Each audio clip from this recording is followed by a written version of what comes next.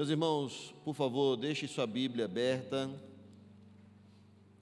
Livro de 2 Reis, segundo livro dos Reis, no capítulo 5.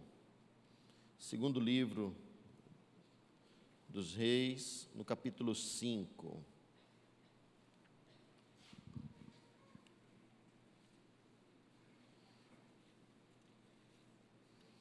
Segundo livro dos Reis, no capítulo 5.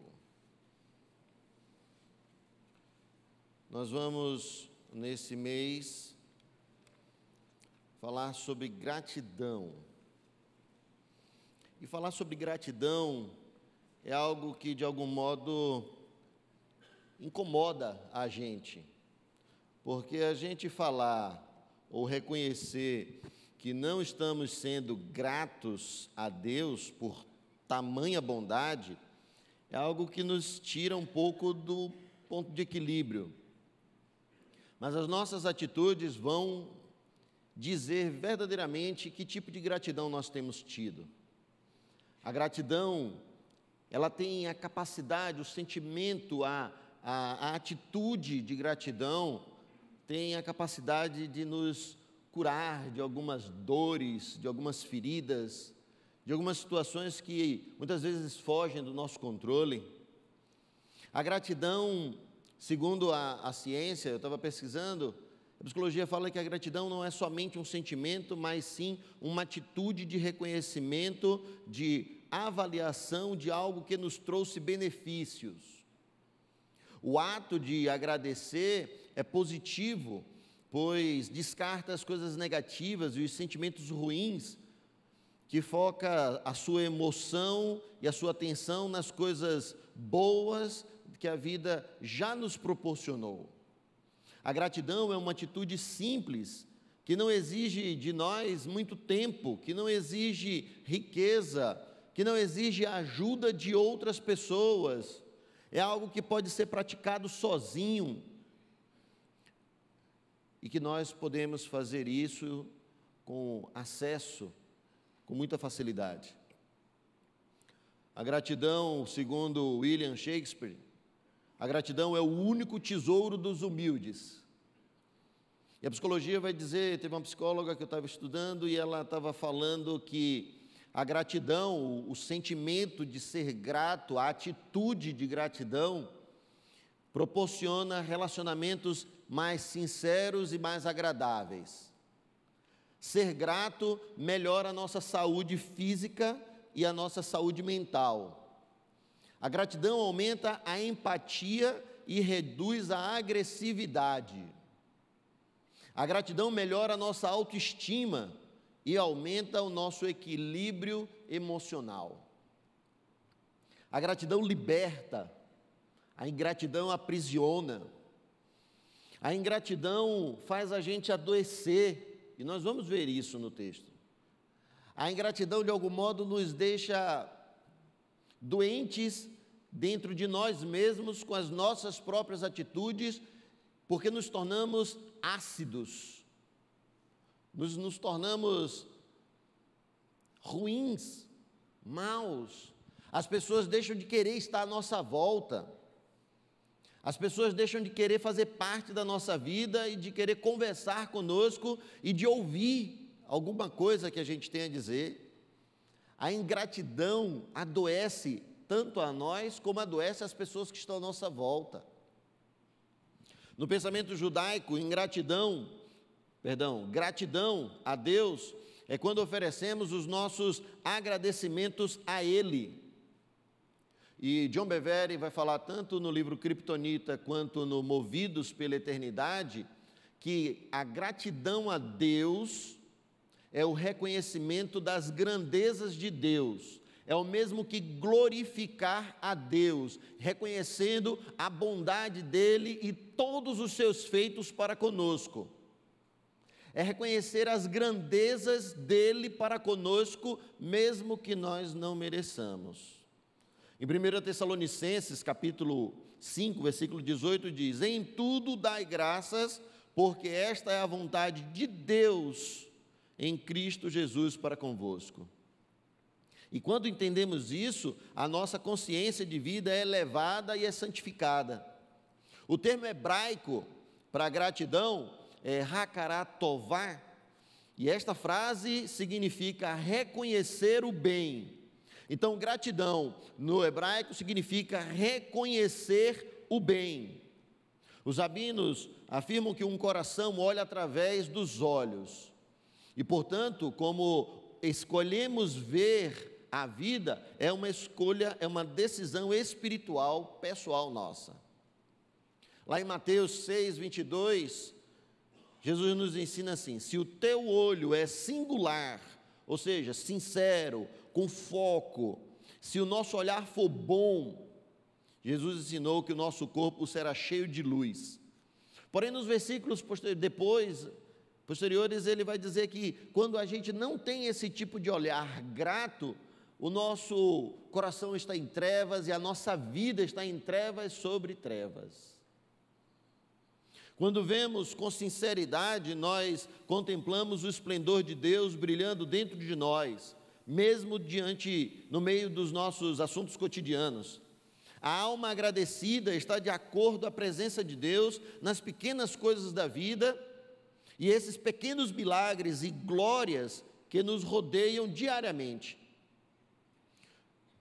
Os olhos fixos em Jesus Cristo veem centenas de motivos para bendizer a Deus pelo dom precioso da vida. Portanto, me acompanhe aonde está aí no segundo livro de Reis, no capítulo 5, no versículo 1 em diante. E antes de você compreender aqui o texto, eu quero que você lembre daquela menina que nós, há alguns meses atrás, por conta da invasão na Síria e da guerra, que você olhe e tente lembrar, porque estava nas redes sociais, a foto daquela menina, o pessoal do Decon tem ela aí também, e tem a foto de uma menina que ela estava triste, suja, um pouco ensanguentada, e ao mesmo tempo que ela estava naquela situação, e parece que o fotógrafo queria de algum modo pegar a parte sensacionalista do problema e daquela dor que aquele povo estava vivendo, aquela menina consegue abrir um sorriso com olhos brilhantes, que de algum modo parece que nada daquilo era real. Versículo 1 diz assim: Naamã, comandante do exército do rei da Síria, era muito respeitado e honrado pelo seu senhor, pois por meio dele, o Senhor Deus dera vitória à Síria. Mas esse grande guerreiro ficou leproso.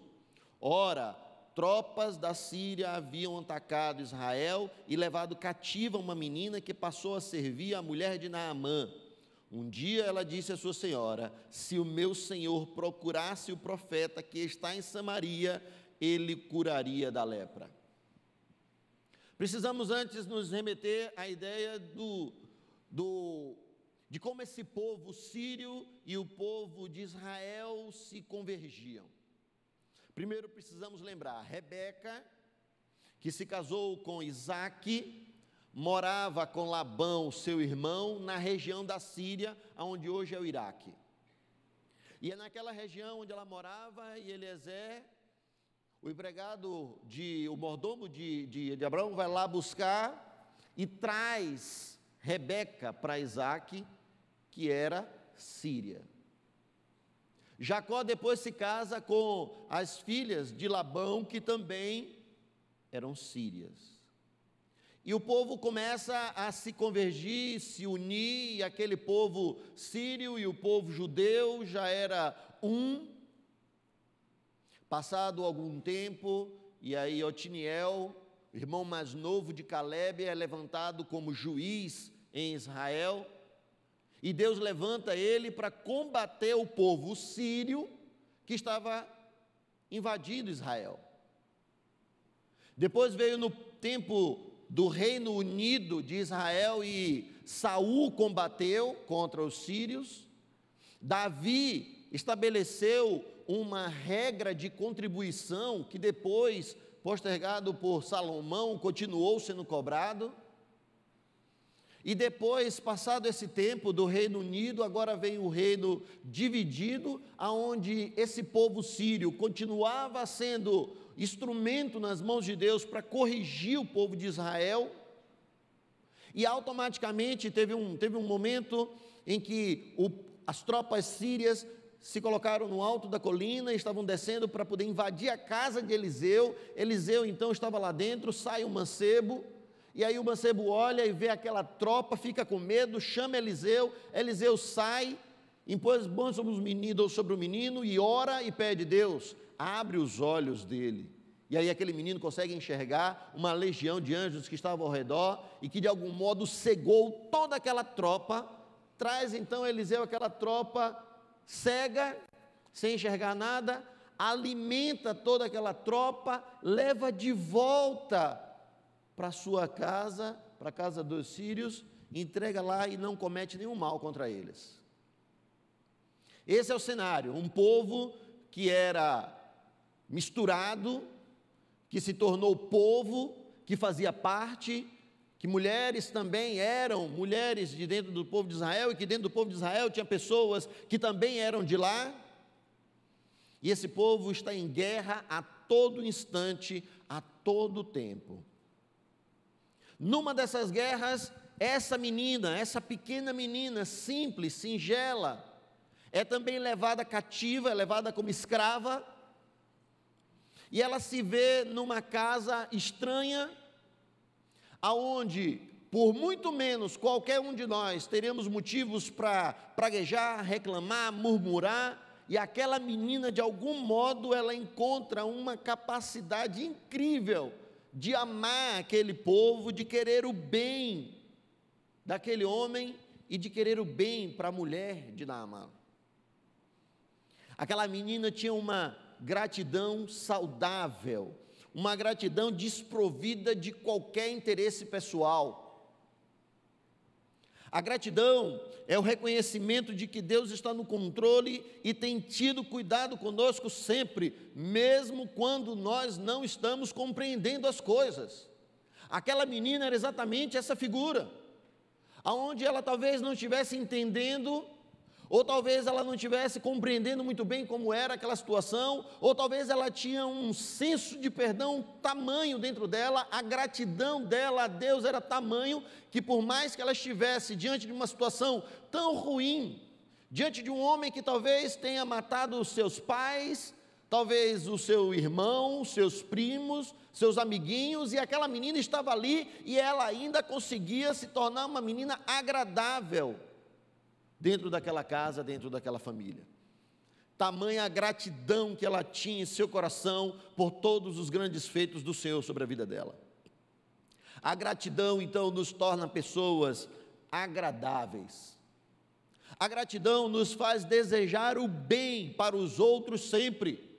É bom estar perto de alguém que é agradável, alguém que tem a gratidão por Deus em seu coração, de forma muito sincera, de forma muito honesta, que ela consegue ser agradável mesmo em situações que sejam adversas. É agradável a gente estar conversando com pessoas que desejam o bem dos outros, que querem que as pessoas consigam progredir, que desejam o melhor para as pessoas. Essa menina desejou o melhor para Naamã. Ela conhecia a intimidade, sabia que dentro de casa Naamã era um doente, alguém que talvez estava talvez afastado da sua mulher, que talvez não tivesse mais intimidade com sua mulher, que talvez até o tornasse um homem grosseiro, mas aquela menina tinha uma qualidade, uma gratidão em seu coração tamanho, que ela continuava desejando o bem, falando bem, querendo o melhor para Naamã e para sua mulher e para sua família. Isso é o reflexo de uma gratidão saudável, desprovida de qualquer tipo de interesse pessoal. A gratidão é o resultado de um coração que reconheceu e entendeu o perdão. E muitas vezes nós fomos ensinados, quando éramos pequenos, sobre perdão. Fomos ensinados e ensinamos que o perdão significa assumir culpa. E é por isso que alguns vão dizer desculpa, porque desculpa é tirar a culpa. Porém, o que devemos realmente ensinar para os nossos filhos é algo muito diferente. Eu lembro quando eu era pequeno, eu e meu irmão mais novo, e a gente tinha aqueles brinquedos Playmobil, aquele negócio, não é do tempo de Lucas, Lucas é mais novo, mas aquele negócio de Playmobil e aqueles brinquedos, e a gente espalhava sobre toda a casa e brincava, e meu irmão perdeu um desses brinquedos, eu não lembro mais hoje em dia se ele perdeu, se ele jogou fora, o que foi que aconteceu. Eu sei que ele foi chorando para minha mãe, e aí disse para minha mãe que eu tinha perdido o brinquedo dele, ou que eu tinha tomado, que eu tinha escondido, não lembro como foi a situação. Eu sei que minha mãe me chama e diz assim: Fábio, você tem que pedir desculpa para o seu irmão. E naquela hora eu olhei e digo: meu Deus, como é que eu vou pedir desculpa de uma coisa que eu não tenho culpa? Mas mãe, com o chinelo na mão, você não vai questionar a vontade dela. E eu pedi desculpa para o meu irmão, pedi desculpa para ele, mas ainda com o coração sem entender, por que eu estou pedindo desculpa? Se na verdade eu não tenho culpa. A gente precisa ensinar aos nossos filhos e as pessoas que vêm de que o perdão é algo tão profundo que não depende de nós mesmos, mas sim depende de alguém que já pagou por todas as nossas culpas e por todas as nossas transgressões, e o castigo que nos traz a paz estava sobre ele, e por causa das suas feridas nós fomos sarados. Ou seja, o perdão então não é retirar a culpa, é o restabelecimento de paz. É o reconhecimento de que Ele tirou a minha culpa e eu preciso estabelecer a paz, mantendo um bom relacionamento de mutualidade com o próximo, em amor. Outro erro que nós cometemos com relação ao perdão, marido e mulher, é quando esperamos que as pessoas peçam perdão por algo que nós fomos agravados, quando muitas vezes este nem sabe o que fez. Semana passada a gente estava recebendo um grupo de casais lá em casa, Tiago, Vanessa e mais dois, e aí a gente estava fazendo um curso de noivos lá em casa, e quando eu cheguei em casa, um dia corrido, aqui na igreja, muitas atividades, e eu não atendi celular, e não estava respondendo mensagens, e fui para casa, e quando eu cheguei em casa, a Viviane estava terminando de preparar a sopa, e ela estava perto do fogão, eu cheguei perto dela, dei um beijo e falei: tudo bem, minha filha? E ela falou: tudo bem. Não estava tudo bem. E o tudo bem dela a gente conhece o tudo bem das pessoas, principalmente o tudo bem da nossa esposa. Não estava tudo bem, mas eu continuei perguntando: está tudo bem, minha filha? E ela disse: está tudo bem. E não estava tudo bem, fiquei insistindo e perguntando, até que ela, por um insight, ela pegou e disse assim: você não me atendeu hoje a tarde toda. Aí eu disse para ela: minha filha, me perdoe, desculpe, realmente eu errei. Aí ela abriu o sorriso, eu dei um beijo, continuei ajudando com a sopa e subimos. Lucas 17, versículo 3, diz assim: olhai por vós mesmos, se o teu irmão pecar contra ti, repreende-o. Algumas versões vai falar: adverte-o. E se ele se arrepender, perdoa-lhe. E se pecar contra ti 7 vezes no dia vier ter contigo, dizendo: arrependo-me, perdoa-lhe. Disseram então os apóstolos ao Senhor: acrescenta-nos fé. Você precisa então advertir primeiro sobre o erro cometido, agora sim, que ele sabe onde errou, onde ela errou, pode se arrepender e produzir perdão. O perdão, a gratidão não é ou não pode, não caminha junto com a autoafirmação e nem mesmo com a soberba. Lá no versículo 9 do mesmo capítulo 5 de 2 Reis, acompanhe comigo. Veio, pois, Naamã com seus cavalos e com seu carro e parou à porta da casa de Eliseu. Então este mandou um mensageiro e disse-lhe: vai, lava-te 7 vezes no Jordão e a tua carne tornará a ti e ficarás purificado. Eliseu chegou com todo o seu aparato, Eliseu chegou com seus cavalos, com os cavaleiros, com uma tropa, com seu ouro, com sua prata, com suas mudas de roupa, com carros de cavalo, e para na frente da porta, na casa de Eliseu, e Eliseu nem tchum para ele. E Eliseu simplesmente nem sai de casa.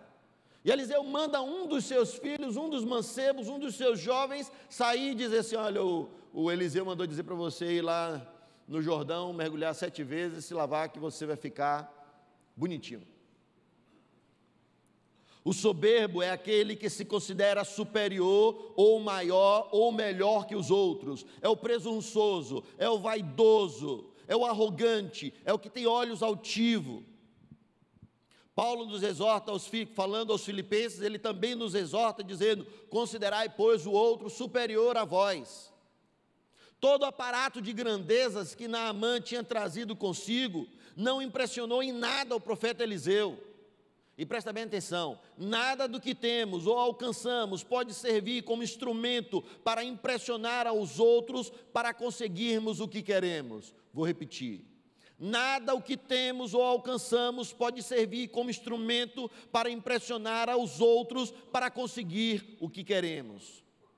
A gratidão não caminha junto com a soberba.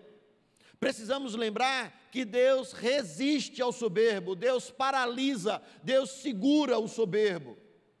E muitas vezes nós, que somos filhos de Deus, que entregamos a nossa vida a Cristo, de algum modo, em algum momento da nossa vida, a gente fica olhando para fora, e fica olhando para aqueles que ainda não têm a Cristo.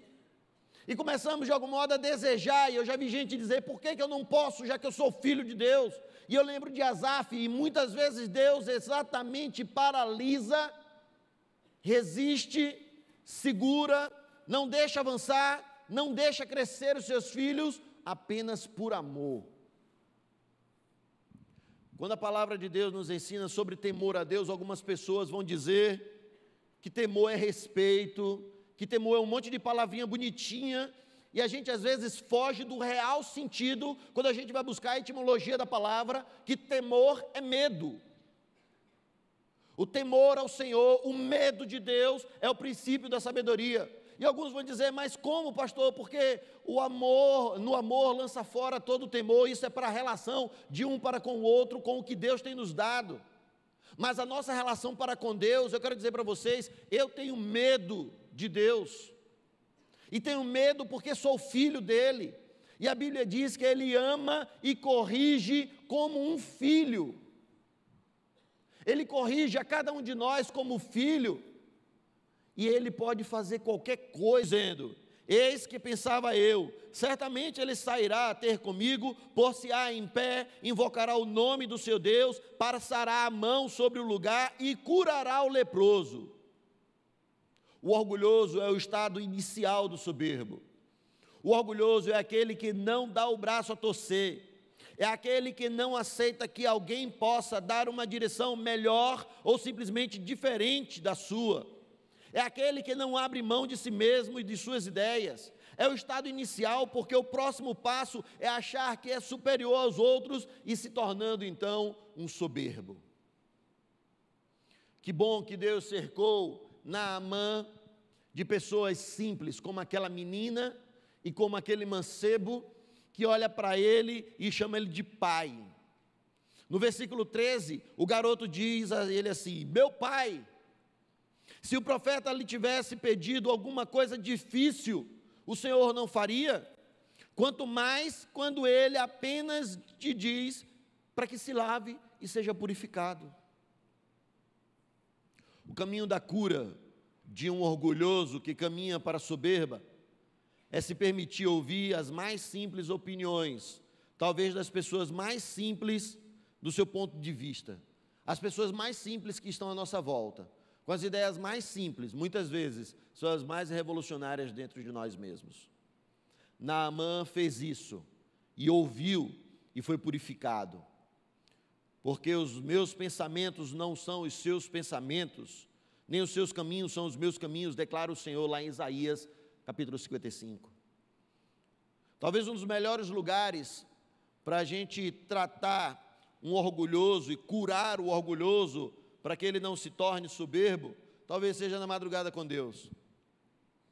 Uma vez eu conheci um senhor por nome Paulo, que ele morava na rua, e ele morava embaixo de uma marquise, onde hoje é o Banco Bradesco, que na época era o Banco Baneb, E ele morava lá, e eu sempre percebia que ele era alguém diferenciado dos outros, porque ele estava sempre mais limpo que os outros, uma roupa mais organizada, e de algum modo era diferente. E eu perguntei a ele uma vez, conversando, digo: Paulo, por que você mora aqui? O que te trouxe até aqui? E aí ele me disse, me confessou, e conversando ele me falou, ele é aposentado, na época era aposentado de uma multinacional, aqui do Brasil. Ele me mostrou os proventos dele, e ele tinha um valor lá que era mais de R$9.000, e eu perguntei: como pode você receber isso por mês de aposentadoria, e você está morando aqui?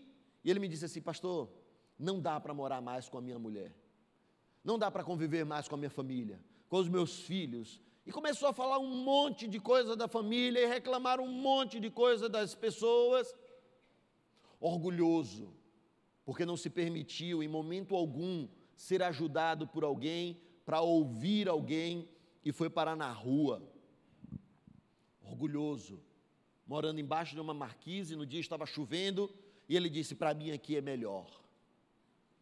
Esse é orgulhoso. Terceiro lugar e último, a gratidão não exige reconhecimento pessoal. No versículo 20, por favor. Quando Naamã já ia a uma pequena distância, Geazi, moço de Eliseu, o homem de Deus, disse: eis que o meu senhor poupou este sírio, e não recebendo da sua mão dele coisa alguma que ele trazia. Vive o Senhor, que hei de correr atrás dele e receber alguma coisa. A necessidade de reconhecimento gera transferência de responsabilidade. No versículo 21, pois foi Geazi em alcance de Naamã, este vendo que alguém corria atrás dele, saltou do carro, encontrou-lhe e perguntou: vai tudo bem? Respondeu ele: vai tudo bem, meu senhor me enviou a te dizer, eis que agora mesmo vieram a mim 2 mancebos dos filhos dos profetas da região montanhosa de Efraim, dá-lhe, pois, 1 talento de prata e 2 mudas de roupa. Naamã então disse: ser servido de tomar 2 talentos, não 1, mas 2 talentos. E instou com ele e amarrou 2 talentos de prata em 2 sacos com 2 mudas de roupa e pô-los sobre os 2 moços, os quais o levaram adiante de Geazi. A necessidade de reconhecimento pessoal gera transferência de responsabilidade. Geazi usou o nome de Eliseu para suprir a sua necessidade pessoal de reconhecimento. Geazi usou os 2 mancebos de Efraim para suprir a sua necessidade de reconhecimento. Aquele que busca reconhecimento pessoal transfere a sua ingratidão disfarçada para aqueles que estão em posição de liderança sobre si. Aquele que busca reconhecimento pessoal transfere a sua ingratidão disfarçada para aqueles que estão em posição de liderança sobre si. A necessidade de reconhecimento gera disposição até para mentir. Versículo 25, mas ele entrou e pôs-se diante de Eliseu, então perguntou-lhe: de onde vens, Geazi? Respondeu ele: teu servo não foi a parte alguma. Quando nós nos permitimos essa questão de reconhecimento pessoal, nós também somos envolvidos na mentira. A própria condição de reconhecimento pessoal também nos adoece. Versículo 27, portanto a lepra de Naamã se pegará a ti e à tua descendência para sempre. Então Geazi saiu da presença dele leproso, branco como a neve. Então a necessidade de reconhecimento, meus irmãos, é um tipo de ingratidão disfarçada, que adoece e nos faz cometer ainda mais erros, como mentiras e transferências. Por fim, a gratidão não tem preço. Ela não pode ser comprada nem vendida. No versículo 14 e 15, desceu, pois, Naamã, mergulhou no Jordão 7 vezes, conforme a palavra do homem de Deus, e a sua carne se tornou como do menino, e ficou purificado. Então voltou ao homem de Deus, ele e toda a sua comitiva, chegando, pois, diante dele, e disse: eis que agora sei que em toda a terra não há Deus senão em Israel. Agora, pois, peço-te que do teu servo recebas um presente. Me faz lembrar uma palavra nas nossas conversas, eu e Renê, um amigo aqui da igreja, e aí a gente falando sobre preço, sobre valor, sobre graça, sobre misericórdia, e aí ele falou sobre justiça, graça e misericórdia. E aí ele falou: Fábio, olha, para mim é exatamente assim, justiça é aquilo que você merece. Misericórdia é você não receber aquilo que você merece. Graça é você receber aquilo que você não merece. Vou dar um exemplo para poder clarear, que eu vi que o Luquinha está olhando para cima e está perdido. Um homem começa a beber, pega um Fusca não tem freio, desce uma ladeira, bate no muro. O muro é o muro da casa de um desembargador. Destrói o muro. Sai então o desembargador e na mesma hora está passando, por grata alegria daquele homem que estava dirigindo o Fusquinha, um carro da polícia. E automaticamente o policial para, desce e diz: olha, você vai pagar pela reforma do muro.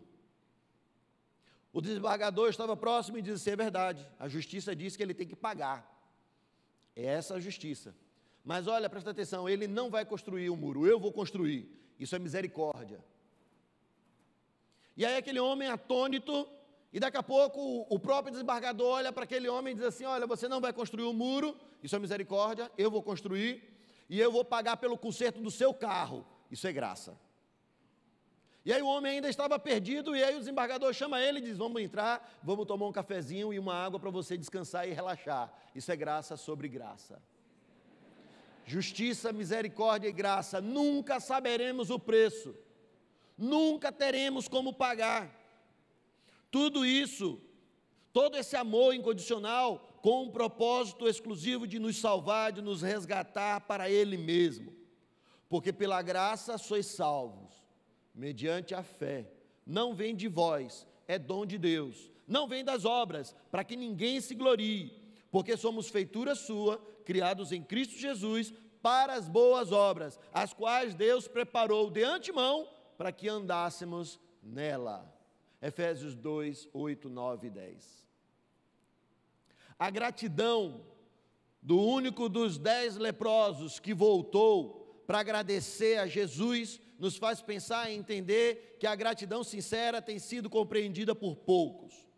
Porém, a gratidão de Davi por Jonatas, a qual fez ele buscar o seu filho Mefibosete, que estava em Lodebar, depois da morte de Jonatas, e trazer para morar no palácio, mostra que de algum modo ainda tem gente que entende e que há esperança sobre o que significa verdadeiramente gratidão. A gratidão de Paulo por ter sido salvo do legalismo, do politicamente correto, salvo dele mesmo, e isso fez Paulo desenvolver uma gratidão por Jesus, onde nada o impedia de cumprir a vontade e o chamado de Deus para a sua vida. Ainda que tivesse que enfrentar os tribunais, os açoites, as tentações, as perseguições, as mentiras, nem mesmo a morte pôde diminuir a gratidão de Paulo por Jesus Cristo. Romanos capítulo 8 diz: quem nos separará do amor de Cristo? A tribulação, ou a angústia, ou a perseguição, ou a fome, ou a nudez, ou o perigo, ou a espada? Porque estou certo de que nem a morte, nem a vida, nem anjos, nem principados, nem potestades, nem o presente, nem o porvir, nem a altura, nem a profundidade, nem alguma outra criatura poderá nos separar do amor de Deus que está em Cristo Jesus nosso Senhor. Então, já que a gratidão é uma qualidade de quem é grato, é o reconhecimento de uma pessoa por alguém que ele prestou um benefício, um auxílio, um favor, um agradecimento. A pergunta que eu faço é: que tipo de gratidão você tem permitido penetrar no seu coração, meu irmão, minha irmã, para que esteja exalando nas suas atitudes? Será que é uma gratidão que espera reconhecimento pessoal? Reconhecimento dos homens? Será que de algum modo lá no seu trabalho você espera ser reconhecido pelo que você faz? E aí eu fico perguntando, você faz pelo reconhecimento ou pela posição que você ocupa, ou por quem você realmente foi chamado para ser naquele lugar, ou pelo profissional que você é realmente, ou pelo que você quer alcançar? Ambição pela ambição, inveja por tudo. Uma gratidão que espera reconhecimento, ou será que você tem tentado comprar a gratidão de alguém ou pagar por ela? Não, simplesmente nós devemos buscar a mais saudável gratidão desprovida de qualquer interesse. A gratidão que aquela menina tinha, uma gratidão que independe da condição social, que não depende do quanto você tem no banco, do quanto você pode fazer em benefício dos outros, do quanto de intelectualidade você tem, do quanto te serviram ou não te serviram, apenas uma gratidão saudável a Deus, dizendo: obrigado, Senhor, por tudo que eu vivi até aqui e por tudo que eu ainda vou viver, porque toda boa dádiva vem do Senhor. Façamos então como o salmista fez e escreveu lá no Salmo 100.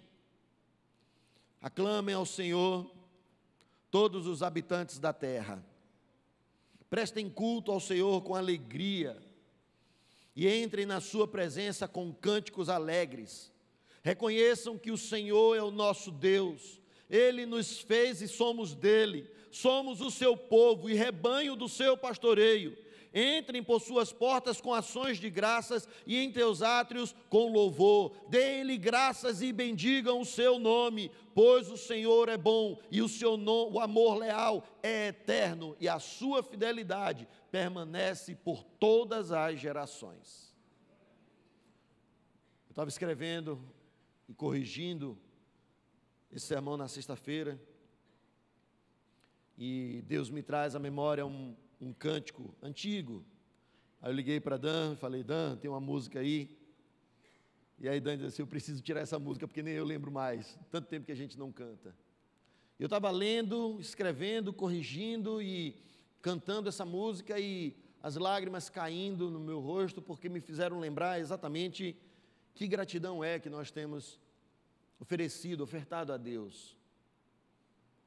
E aí eu tenho dito simplesmente: obrigado, Jesus, por ter me amado primeiro, um amor que foi e é e sempre será incondicional. Obrigado, Jesus, porque o amor não morre, pela nova aliança que foi feita na cruz, pela fé e esperança, pela vida eterna. Obrigado, Jesus.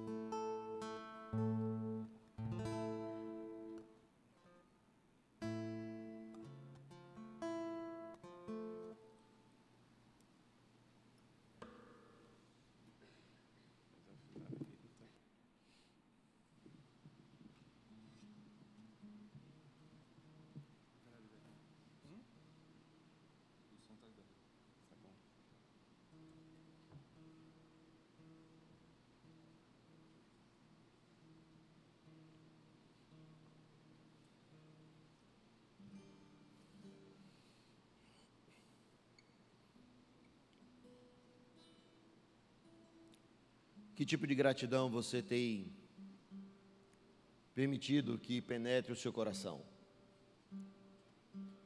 Que tipo de gratidão você tem deixado exalar nas suas atitudes?